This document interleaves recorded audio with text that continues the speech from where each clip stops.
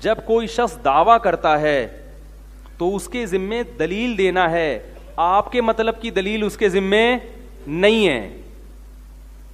بہت اہم اصول ہے, یاد رکھ لو. جب بھی کوئی دعویٰ کرتا ہے تو اس کے ذمے نفس دلیل ہے, یعنی کوئی بھی دلیل, جس دلیل کا آپ مطالبہ کر رہے ہو وہ اس کے ذمے نہیں ہے. دعویٰ ثابت کرنے کے لیے نفس دلیل کافی ہوتی ہے, خاص دلیل ضروری نہیں ہوتی. اس کی مثال پہلے سمجھیں. آپ نے عدالت میں کیس کیا کہ وسیم بھائی نے میرے 2 لاکھ روپے کھائے ہوئے ہیں. عدالت نے کہا گواہوں سے ثابت کرو. آپ نے 2 گواہ پیش کر دیے جن کی آپ سے کوئی رشتہ داری بھی نہیں تھی. 2 گواہ پیش کر دیے. وسیم بھائی کوئی بیٹھے ہوں تو معذرت, اب مثال سے تو بات جب یہ آئے گی نا, کوئی ایسا نام ہو, اب میں بولوں کہ قطب الدین شاہ, کوئی ہو ہی نہیں. تو وسیم بھائی نے یہ کہا کہ یہ جو جج صاحب انہوں نے جو 2 گواہ پیش کیے ہیں, مجھے یہ والے گواہ منظور نہیں ہیں. کلیم اور جبار کو گواہی کے طور پہ پیش کریں گے تو میں مانوں گا. کلیم اور جبار گواہی دیں کہ میں نے 2 لاکھ روپے کھائے ہیں, جج مان لے گا آپ کا دعویٰ؟ بولے گا تو یہ مطلب کہ بھائی جب 2 عاقل بالغ اور نیک عادل ہاں ان گواہوں پہ کوئی اعتراض ہو تو ایک الگ بات ہے کہ بھئی یہ ملے ہوئے ہیں, انہوں نے پیسے کھائے ہیں. بھائی 2 گواہ پیش کر دیے, عادل عاقل بالغ, کافی ہے. آپ یہ کہہ رہے ہو نہیں وہ وسیم ادھر سے کلیم کو لے کر آؤ, جبار کو لے کر آؤ. یہ جہالت کی بات ہے. یہ جو مرد اور عورتوں کی نمازوں میں فرق ہے نا, اس پر جو کہتے ہیں کہ صحیح حدیث پیش کرو, یہ مطالبہ بھی غلط ہے. ہمارے ذمے دلیل پیش کرنا ہے, آپ کے مطلب کی دلیل پیش کرنا ہمارے ذمے نہیں ہے. ہم یہ کہتے ہیں کہ عبادات میں عورت مرد سے خود بخود حیا اور شرم کے معاملات میں فرق ہے شریعت میں. اس کے ہم نے کئی دلائل دیے ہیں. عورت کو حج میں رمل کی اجازت نہیں ہے, کسی حدیث سے ثابت نہیں ہے کہ عورت کو رمل سے منع کیا گیا ہو. بھائی جب حج کا پہلا طواف ہوتا ہے سینہ اونچا کر کے کرتے ہیں نا, ہمارے نبی نے فرمایا, جیسے یہ فرمایا نا کہ جیسے میں نماز پڑھتا ہوں ایسے نماز پڑھو, ایسے ہی نبی نے یہ بھی فرمایا کہ حج کا طریقہ مجھ سے سیکھو, یعنی جیسے میں حج کرتا ہوں ویسے ہی حج کرو. تو نبی نے تو رمل کیا پہلے 3 چکروں میں. امت میں کوئی بھی قائل نہیں ہے کہ عورت بھی کیا کرے گی, سینہ تان کے طواف کرے گی. نہ نہ نہ. کیوں؟ عبادات میں عورت کو حیا کا خیال کرنا ہے. حیا کا کیا کرنا ہے؟ خیال کرنا ہے. حالانکہ کسی حدیث میں نہیں ہے کہ رمل نہیں کرے گی. اب کوئی آپ سے پوچھا کرے نا عورت سمٹ کے نماز پڑھے گی, اس پر کوئی حدیث پیش کرو, تو آپ فوراً کہہ دیا کرو عورت حج میں رمل نہیں کرے گی, اس پر کوئی حدیث پہ نبی نے تو کیا ہے. عورت صفا اور مروہ میں دوڑتی, بولو بھائی, نہیں ہے. مرد دوڑتے ہیں, نبی بھی دوڑے ہیں. کسی حدیث میں نہیں ہے کہ عورت کو دوڑنے سے منع کیا ہے. ایک میں نے یہ سوال اٹھایا تھا تو ایک فتنہ پرست ہے چینل پہ آج کل بہت آ رہا ہے. میں نے کہا سوال اٹھایا تھا کہ کسی حدیث میں نہیں ہے کہ عورت لبیک آہستہ آواز سے کہے گی, مگر پوری امت کیا کہتی ہے, عورت لبیک, حالانکہ حدیث میں کہیں بھی نہیں ہے. تو اس نے فوراً, ایک چینل ہے فتنہ پرست, اس نے ایک حدیث پیش کی, عبداللہ بن عمر کا ارشاد ہے کہ عورت کیا کرے گی, آہستہ لبیک کہے گی. واڑے واہ, ٹھیک ہے. جب ہم کسی صحابی کا قول پیش کریں تو وہ حدیث نہیں ہے,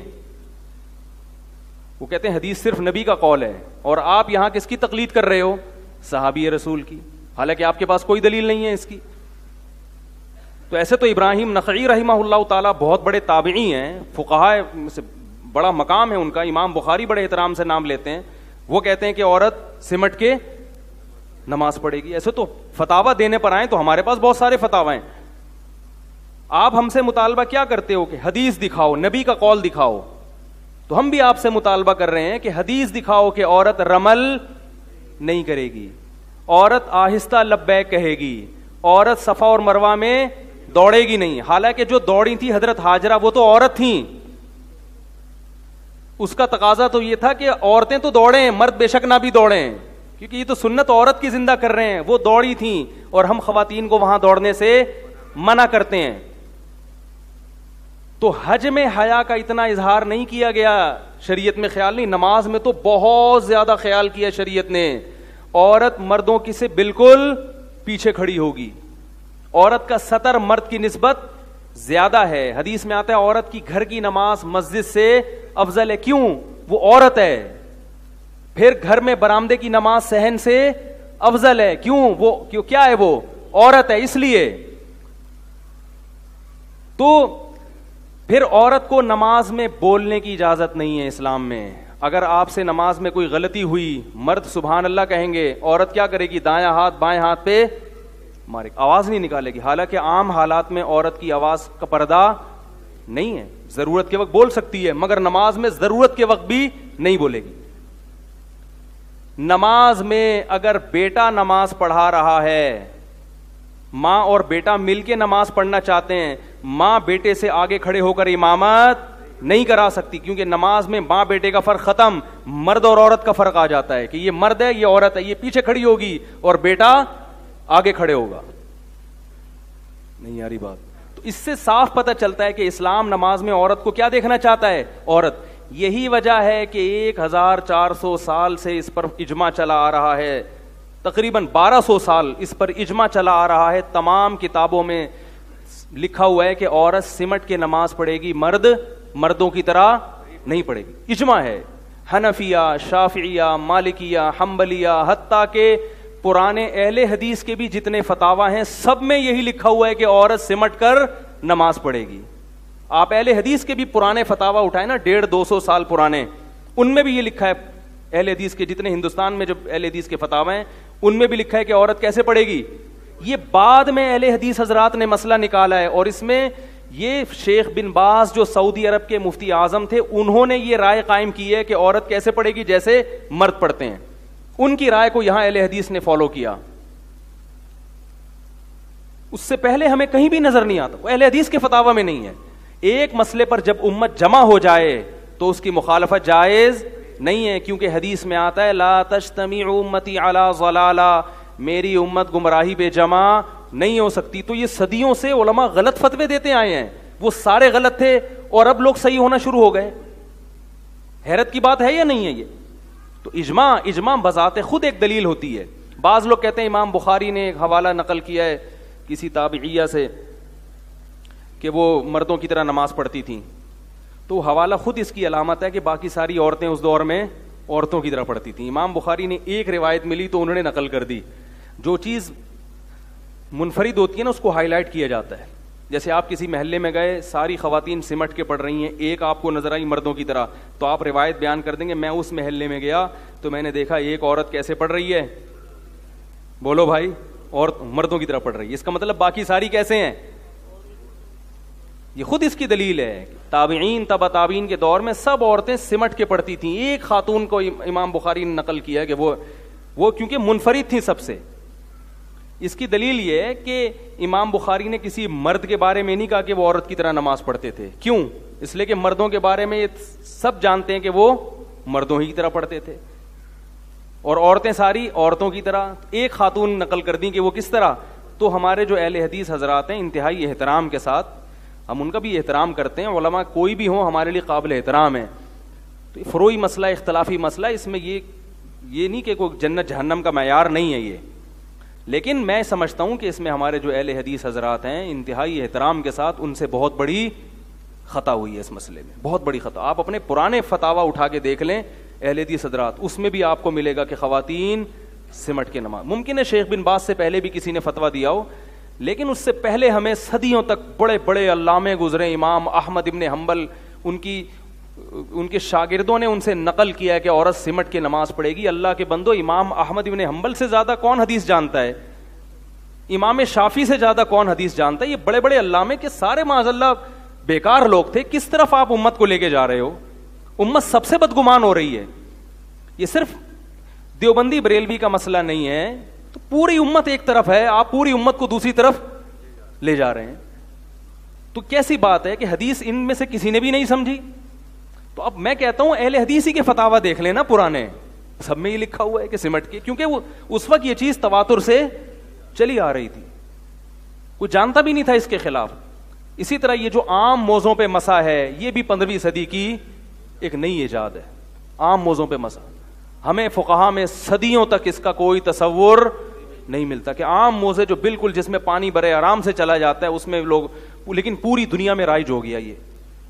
تو ہم اس وقت کو دیکھیں یا اس وقت کو دیکھیں. ایک صاحب مجھے کہنے لگے مصر کے علماء داڑیاں نہیں رکھتے اور وہ بھی قرآن و حدیث کی بات کرتے ہیں اور فقہا کا حوالہ دیتے ہیں. میں نے کہا اللہ کے بندو, آج سے 150-200 سال پہلے کوئی عالم دین آپ کو بغیر داڑھی کے پوری دنیا میں نظر نہیں آیا. اب کتابیں اٹھا کے دیکھو نا. اب مصر کے مولویوں کو ہم مانے اس زمانے کے, تو جب بے دینی آتی ہے, میں یہ نہیں کہہ رہا موزوں پہ مسا کرنا یہ دین یا بے دینی کا, اہل حدیث حضرات نے اپنے حساب سے اس میں قرآن و سنت ہی کو فالو کیا ہے. ان کی نیتوں پہ ہم شبہ نہیں کرتے, ہم مانتے ہیں کہ ان کا مقصد اتباع رسول ہی ہے, مگر میں یہ سمجھتا ہوں کہ ان سے اخلاص کے باوجود اس مسئلے میں اجتہادی خطا ہوئی ہے. اجتہادی خطا جب امام ابو حنیفہ سے ہو سکتی ہے, امام شافعی سے ہو سکتی ہے, تو میرے بھائی اہل حدیث علماء سے بھی ہو سکتی ہے. تو اس لیے میری گزارش ہے کہ ان کو اثر نو اس مسئلے پر غور دوبارہ کرنا چاہیے, اور بعض اہل حدیث حضرات نے اس پہ آواز بھی اٹھائی ہے.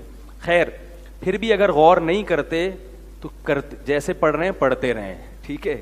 اگر وہ یہ سمجھتے ہیں کہ نہیں ہم پھر بھی اسی کے قائل ہیں کہ عورت مردوں ہی کی طرح پڑھے گی, تو ٹھیک ہے پڑھیں, مگر حنفیوں پہ طنز نہ کریں. بس اتنا بھی کافی ہے. امت میں اختلاف نہ ختم ہو اتنا بڑا مسئلہ نہیں ہے, مگر آپس میں لڑائی اور نفرت بند ہونی چاہیے. یہ جو طنز والا لہجہ ہے نا کہ میں ان کو بولوں کہ یہ حدیث کا منکر اور وہ ہمیں بولیں کہ یہ حدیث کے منکر, اس سے آپس میں کیا پیدا ہوتا ہے؟ اختلاف پیدا ہوتا ہے. یہ کام کم از کم تو ہمیں کم از کم دفاع کی حد تک تو اپنی بات کہنے دینا کہ بھائی ہم قرآن و سنت ہی کو فالو کرتے ہیں, ہمارا مقصد اتباع رسول ہی ہے اور کوئی ہمارا مقصد نہیں ہے. اس لیے ہم یہ سمجھتے ہیں کہ خواتین جب اس طرح سے نماز پڑھتی ہیں, حیا کے ایک طرف اس کو بولنے کی اجازت نہیں دی جا رہی, ایک طرف وہ سجدے میں بالکل اسی طرح سرین اوپر کر کے نماز پڑھے, یہ ایک ہم یہ سمجھتے ہیں کہ یہ, اور ہم نہیں سمجھتے امام ابو حنیفہ, امام شافعی, امام مالک, امام احمد بن حنبل اور یہ چاروں صدیوں سے جو فتوا, خود اہل حدیث علماء بھی ان کے فتوا بھی یہی سمجھتے ہیں کہ بھائی اسی طرح ہوگا. اس پر جو باقی روایات بھی ہیں, لیکن کچھ تو روایات ضعیف ہیں جو ہمارے حضرات پیش کر دیتے ہیں, حالانکہ وہ روایتیں ضعیف ہوتی ہیں. ہمارے والے بھی بعض دفعہ ایسا کرتے ہیں کہ صحیح ضعیف کی پرواہ کیے بغیر پر جو چیز بھی مل رہی ہے مارکیٹ میں اس کو لے آؤ, تو ہمیں روایت پیش کرنے کی ضرورت نہیں ہے. باقی فتاوا ہیں تابعین کے, وہ صحیح سند سے ثابت ہیں, اور کچھ روایات بھی ہیں مرسل احادیث ہیں, ان میں اختلاف ہے کہ مرسل حجت ہے یا نہیں, وہ لمبی بحث چلی جائے گی. تو میں یہ عرض کرنا چاہ رہا تھا کہ جو شخص دعویٰ کرتا ہے اس کے ذمے دلیل ہے, بس آپ جس قسم کی دلیل کا مطالبہ کر رہے ہیں وہ اس کے ذمے نہیں ہے. اب مرد اور خواتین کی نماز میں آپ کے بخاری کی حدیث دکھاؤ, فلانی حدیث دکھاؤ, یہ باقاعدہ ایسی حدیث دکھاؤ جس میں آتا ہے کہ نبی نے عورتوں کو حکم دیا کہ یوں سمٹ کے سجدہ کرو, اور ایسی واضح مرفوع روایت دکھاؤ, تو بھائی ہمارے ذمے ایسی روایت دکھانا نہیں. ہم یہ کہیں گے پھر ایسی حدیث دکھاؤ جس میں خواتین کو حکم ہو کہ وہ رمل نہ کریں, وہ صفا مروہ میں دوڑ نہ لگائیں, وہ لبیک کیسے کہیں. تو عورت کا تو مطلب ہی عورت ہے نا, وہ تو سمٹے گی. عورت کا مطلب کیا ہے؟ دیکھو اللہ تعالیٰ نے حضرت موسیٰ علیہ السلام کو جو خواتین آئی تھیں, جو لڑکیاں آئی تھیں موسیٰ علیہ السلام کو بلانے کے لیے, اللہ نے ان کی چال میں حیا کا تذکرہ کیا ہے. جاءت احداہما تمشی علی استحیاء, ان دونوں میں سے ایک حیا کے ساتھ چلتی ہوئی آئی. تو اللہ کو عورت کی چال میں حیا پسند ہے, تو نماز میں حیا پسند نہیں ہوگی کیا؟ نماز میں تو اور زیادہ اس کو حیا کا اظہار کرنا ہے. اب کوئی یہ دعویٰ کرے کہ یہ کیسے پتا چلے گا یہ حیا والی نماز ہے اور اس میں حیا کم ہے. حیا ایسی چیز نہیں ہے جس کو ڈیفائن کیا جا سکے, حیا محسوس کی جانے والی چیز ہے. جو خواتین مردوں کی طرح نماز پڑھتی ہیں ان کو ایک طرف کھڑا کر کے نماز پڑھائیں جو سمٹ کے پڑھ رہی ہیں. کسی تیسرے امپائر سے پوچھیں کہ ان دونوں میں حیا کس میں زیادہ نظر آ رہی ہے, وہ خود کہے گا جو سمٹ کے نماز پڑھ رہی ہے اس میں عورت پنا زیادہ جھلک رہا ہے. سمجھ میں نہیں آ رہی بات؟ پھر بھی میں اللہ کی قسم اٹھا کے کہتا ہوں کہ میرا مقصد اہل حدیث حضرات پہ طنز کرنا نہیں ہے, اپنے دلائل دینا ہے. اگر ان کو ہماری رائے نہیں سمجھ آتی تو کوئی بات نہیں, وہ اسی رائے کو فالو کریں, بس طنز نہ کریں. سمجھ رہے ہیں؟ طنز نہ کریں, اتنا بھی کافی.